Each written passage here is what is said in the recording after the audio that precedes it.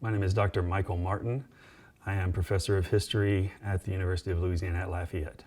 I was born in Lafayette, grew up partly in Lafayette, moved to New Orleans also, ultimately ended up in the small town of Magnolia, Arkansas, where I attended high school, but I came back to Lafayette for college at what was then USL.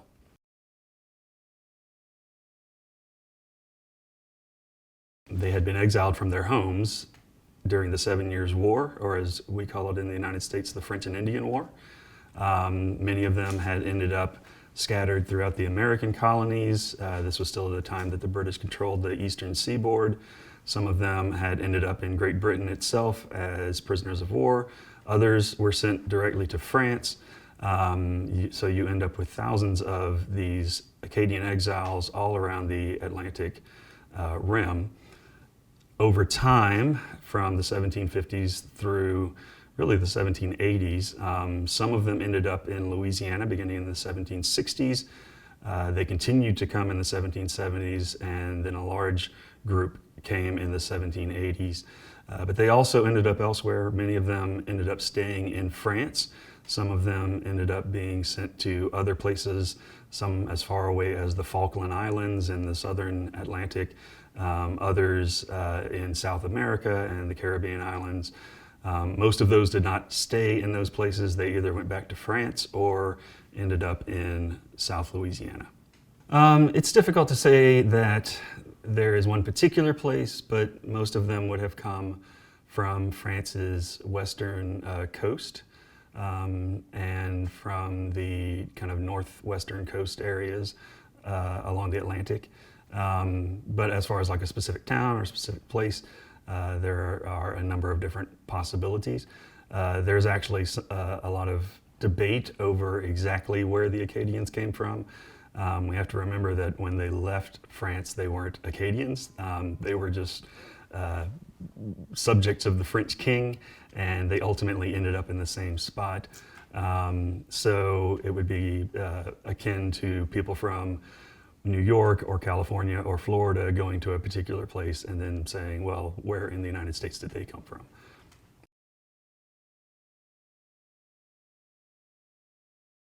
The Acadians who first arrived in Louisiana came into a colony that was in a bit of political turmoil.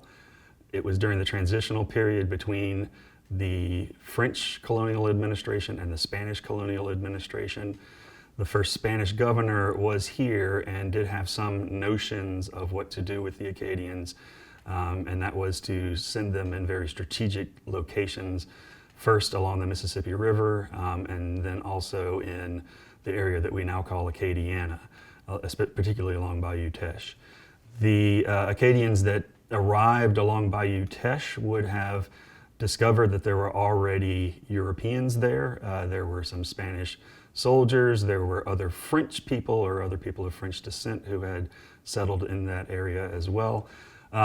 It's difficult to say exactly what interactions were between Native Americans and Acadians or Africans and Acadians. The one thing that we can say is that the Acadians, when they arrived, would have been basically outnumbered by the American Indians. And we also can say pretty definitively that they would have arrived either with Africans, or when they got here there would have been Africans already here. So we don't have any true documentary evidence of the interactions between those people, so we can't say anything specifically, but we can say that they were together all at once, particularly beginning in about the 1760s.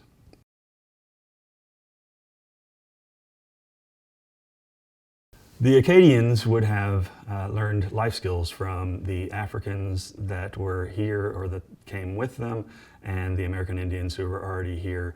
They would have learned ways to cultivate the land. The Native Americans already knew how to work the land in this area, and more specifically, they knew how to harvest certain, not just plants, but also wildlife for their purposes of surviving. Africans would play an important role in early Acadian history because the Acadians that end up along Bayou Teche especially, and then ultimately kind of migrate as more come towards Bayou Vermilion, which is where Lafayette ultimately becomes a city, those Acadians would have been engaged mostly in, at least early on, cattle ranching. And the Africans that were being brought into Louisiana through the slave trade had experience raising cattle and raising other forms of ranch-type animals where they came from back in Africa, particularly Senegambia region of Africa, which is in the western coast of Africa. So when they get here, they're able to almost immediately begin creating what the Spanish called vacheries, or these kind of early livestock ranches, mainly of cattle. But it was really those Africans who would have been sort of the first, what we would call cowboys. They were the ones who did most of the actual labor of the cattle herding and the cattle ranching and driving the cattle to be marketed, particularly in a place like New Orleans.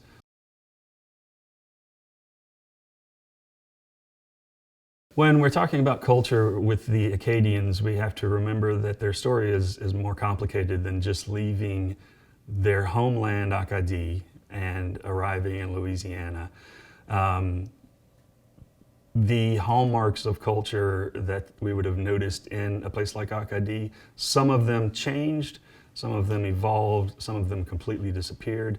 If we think of things like religion as part of culture, if we think of things like language as part of culture, absolutely those things stayed the same. They remained Roman Catholic, they remained French-speaking, but their variety of French was somewhat different than they would have encountered with French people when they initially went back to France. Certainly they would not have run into other French speakers in the British colonies or Great Britain.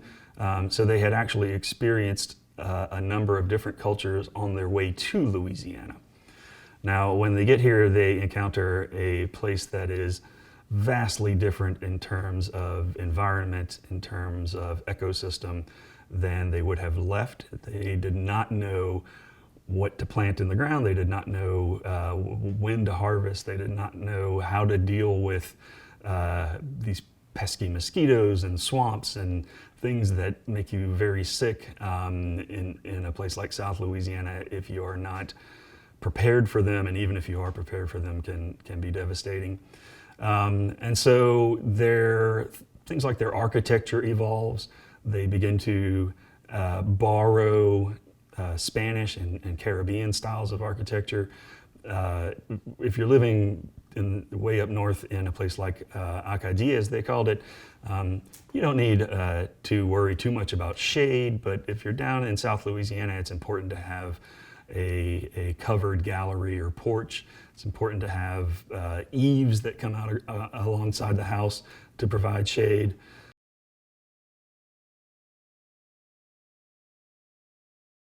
Other cultural hallmarks that we see sort of evolving during their time in Louisiana would be foodways. Certainly the food of the Acadians in what we now call Canada would have been much more along the lines of what we think of as British food today. Definitely not as spicy, but also just different ingredients, different main ingredients, different spices, different influences historically for the cuisine. When they arrive here, they are placed among this pretty diverse population of Spaniards and Africans and Indians and other French people. And the Acadians gradually begin to absorb some of those food ways as time goes by. So when we think of things that are traditionally thought of as like Cajun food, certain things like a great example would be jambalaya. I mean, we know that the word jambalaya partly comes from the French word for ham, jambon. Typically, any word that ends with laya, L-A-Y-A, is of Indian descent. And then if we look at the ingredients that are part of jambalaya, we know that there's rice. Rice cultivation was really brought and taught by the Africans. We know that there are, depending on how you make your jambalaya, different kinds of meat ingredients. There can be seafood, there can be shellfish, there can be pork or something like that. There's probably American Indian influence there. And then jambalaya itself, this mixture of meat and vegetables and rice, is very similar to some Spanish dishes that we know about, like paella.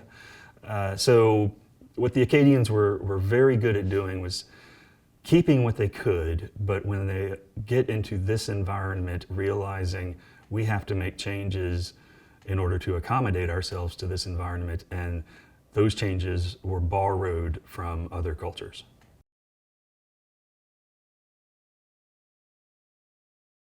So my favorite dish is rice and gravy, which is not one of the real famous ones like crawfish étouffée or jambalaya or gumbo, but I think is probably among Cajuns today the most kind of widely eaten dish.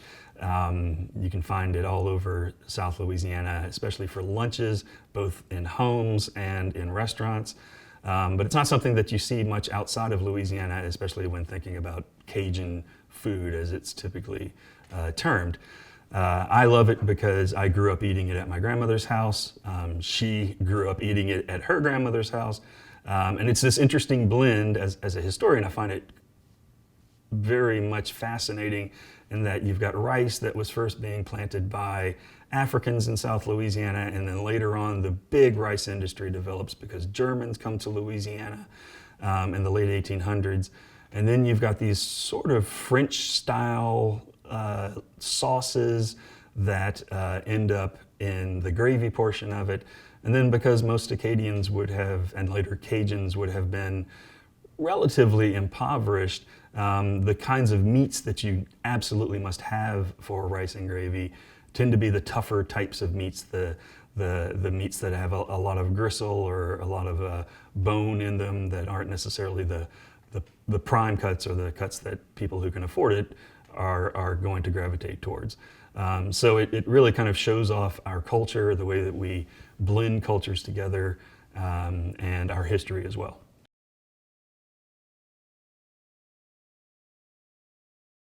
So for me and my family, Acadian culture, and more specifically Cajun culture as we would call it today, has to do with a number of different things. I think first off, the language is the most important cultural signifier of someone who is Cajun. Speaking French and really speaking any language is right at the heart of a culture. I think also the religious practices of Roman Catholicism are a brilliant and ongoing cultural heritage that Acadians have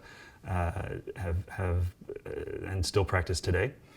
I think certainly the food that we eat, which has really evolved over the last 100 years into being what we today call Cajun cuisine, is another thing that we really gravitate towards and we really enjoy. And then there's this kind of sort of general sense of the importance of family, of this kind of close-knitted, multi-generational community that is important, and that is possibly a reflection of things that were happening back in the 1700s. If you're being exiled from your home, if your family is being split up, there is probably nothing more important for you than having that family brought back together, and then once that cohesion is brought back together, that it is kept strong.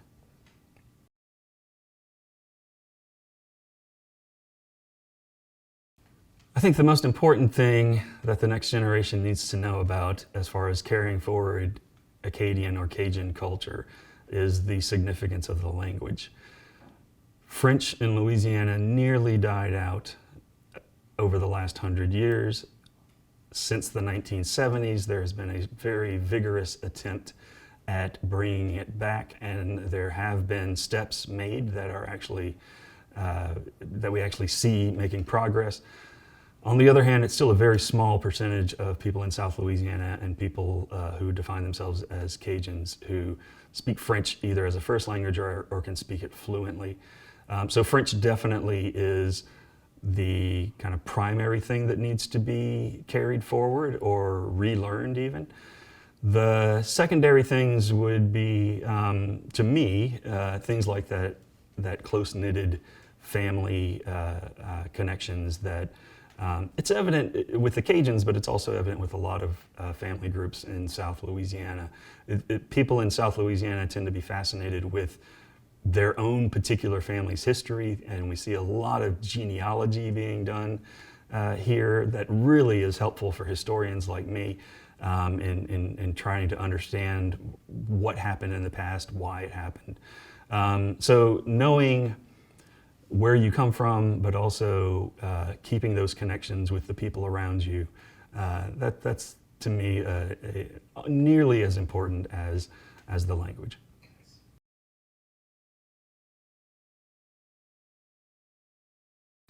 During the 20th century, basically the French language was outlawed in Louisiana, both as an official language, the language of the government, but also in public schools.